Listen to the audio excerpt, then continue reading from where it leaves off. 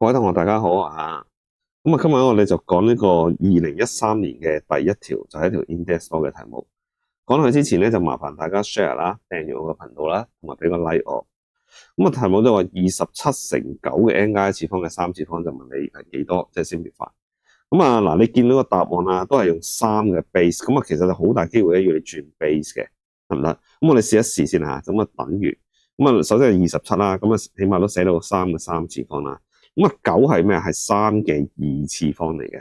然後佢嘅 n 加一次方，然後成個嘅3次方，得唔得？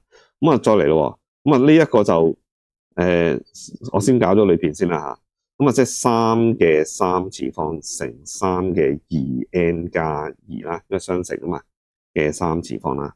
然後就3，都係搞咗裏邊先啦。即係 2n 就加5啦。因為3加2啊嘛，啱啦嘅3次方，等於咧就然後就相乘啦。3×2=6，6n 咧就加15。所以答案咧就係 boy 嚟嘅，得唔得？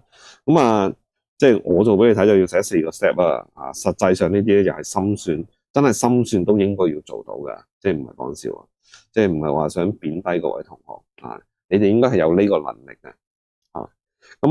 因為用濕數嘅方法點樣咧？譬如 n 等於 1.1 啦。我今次我入個 m 啦，得唔得？即係近翻個音。OK。嚟到話開括27就乘9嘅m 加1啦，收括得唔得？再收翻個括喎，得唔得？然後嘅3次方，撳出嚟咧係2.022啊，都大下2.022就乘10嘅10次方。得唔得？跟住嚟啦，試下 A、B、C、D、E 啦。3嘅 OK，6得唔得？就 m 次方啦，就加12，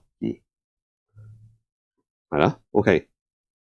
7.489，同埋7489幾啦。7489幾咧，我唔理啦，真係當錯噶啦。跟住咧就係6m 加15 OK。撳出嚟咧，咦啱咯喎，2.022乘10嘅10次方，所以咧呢個就係乘10嘅10次方，所以係啱啦。所以咧就搞掂咗 OK。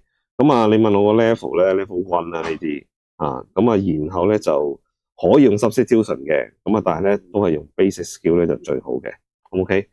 今日講住咁多先啦，拜拜。